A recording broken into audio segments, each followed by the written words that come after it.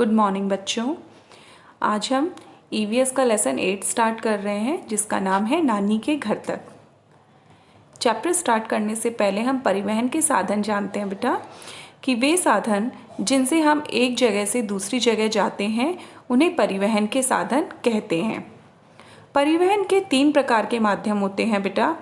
पहला है सड़क परिवहन, यानी वे वाहन जो सड़क पर चलते हैं जैसे कार, बस, स्कूटर, साइकिल, ट्रक। ये होते हैं सड़क परिवहन। जो परिवहन यानी जो वाहन जल पर चलते हैं उन्हें जल परिवहन कहते हैं, जैसे नाव, जहाज, स्टीमर इत्यादि। तीसरा होता है वायु परिवहन, यानी जो वायु हवा में चलते हैं, हवाई जहाज, हेलीकॉप्टर, पैराशूट इत्यादि। अब हम अपने चैप्टर की तरफ बढ़ते हैं बेटा। इसमें ओमना अपनी नानी के घर तक कैसे पहुंचती है ये हम पता करेंगे। ओमना कोटायम स्टेशन उतरती है, उसके बाद वो किस तरीके से अपनी नानी के घर पहुंचती है आइए हम पढ़ते हैं। इसमें 18 मई को वो अपने कोटायम स्टेशन उतरती है। ट्रेन के लंबे सफ़र के बाद हम देर रात कोटायम पहुँचे। वलियम्मा का घर स्टेशन से बहुत दूर नहीं है। स्टेशन से हमने 2 ऑटो रिक्शा करे। तो आप देखिए ओमना कौन से स्टेशन उतरी? कोटायम। ठीक है। नेक्स्ट है स्टेशन से इन्होंने कितने ऑटो रिक्शा किए थे? 2 ऑटो रिक्शा इन्होंने किए और कहाँ पहुँचे? अपनी वलियम्मा के घर ये लोग पहुँचे। मुझे इतनी नींद आ रही थी, मैं नहाकर कुछ खाए पिए बिना ही सो गई। अभी मैं सोई थी कि अम्मा ने जगा दिया, यानी वो इतनी थकी हुई थी बेटा कि वो सो गई और उसे पता भी नहीं चला कब सुबह हो गई। फिर हम तैयार हुए, अपना सामान उठाया और बस अड्डे के लिए निकल पड़े। अब वलियम्मा का पूरा परिवार भी हमारे साथ था। वलियम्मा मतलब मौसी। हम 10 लोग थे और बहुत सारा सामान भी था। पेज नंबर 61 पे आ जाइए। अब आप लोग अप्पा ने कंडक्टर से सभी के लिए टिकट खरीदे, यानी बस स्टैंड जब वो गए तो उन्हें बस में सफ़र करने के लिए हमें टिकट खरीदना होता है ना। तो किसने खरीदे टिकट? अप्पा ने, यानी ओमना के पापा ने। हमें बैठने की सीट मिल गई, पर बाद में बस में इतने लोग चढ़ गए कि बस ठसाठस भर गई। 2 लोगों की सीट पर 4-4 लोगों को बैठना पड़ा। कुछ लोगों को हमने भी अपनी सीटों पर बिठा लिया। काफ़ी लंबा सफ़र था। बस जब आखिरी स्टॉप पर रुकी तब तक मेरे पैर अकड़ गए थे, क्योंकि इतनी सटा कर ठसाठस बस भरे होने से उसको पैरों में अकड़न हो गई थी। मुझसे खड़ा भी नहीं हुआ जा रहा था।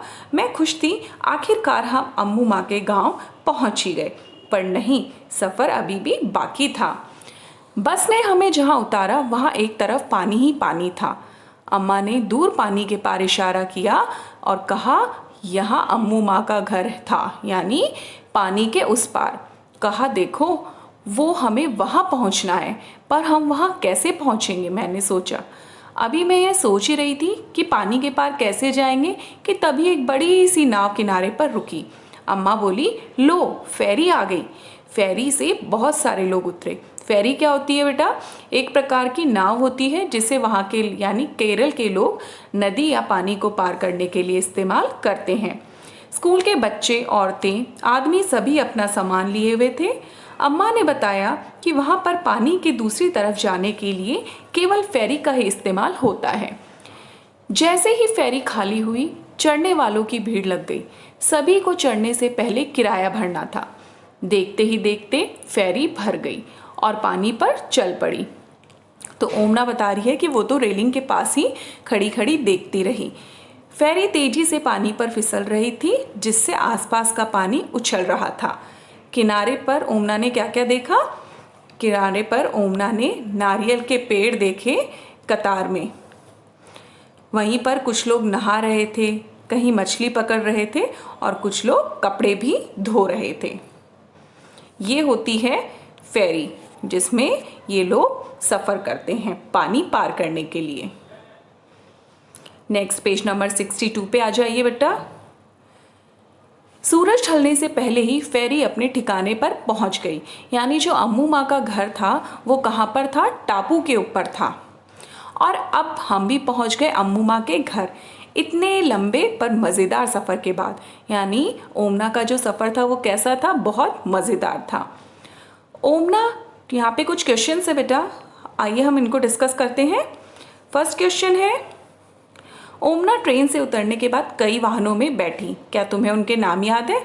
हाँ, क्योंकि वो ट्रेन से उतरी उसके बाद उसने ऑटो रिक्शा किए, ऑटो रिक्शा के बाद में वो बस के थ्रू गई थी बस अड्डे पे, और फिर उसने फेरी यानी वो नाव का सफ़र तय किया।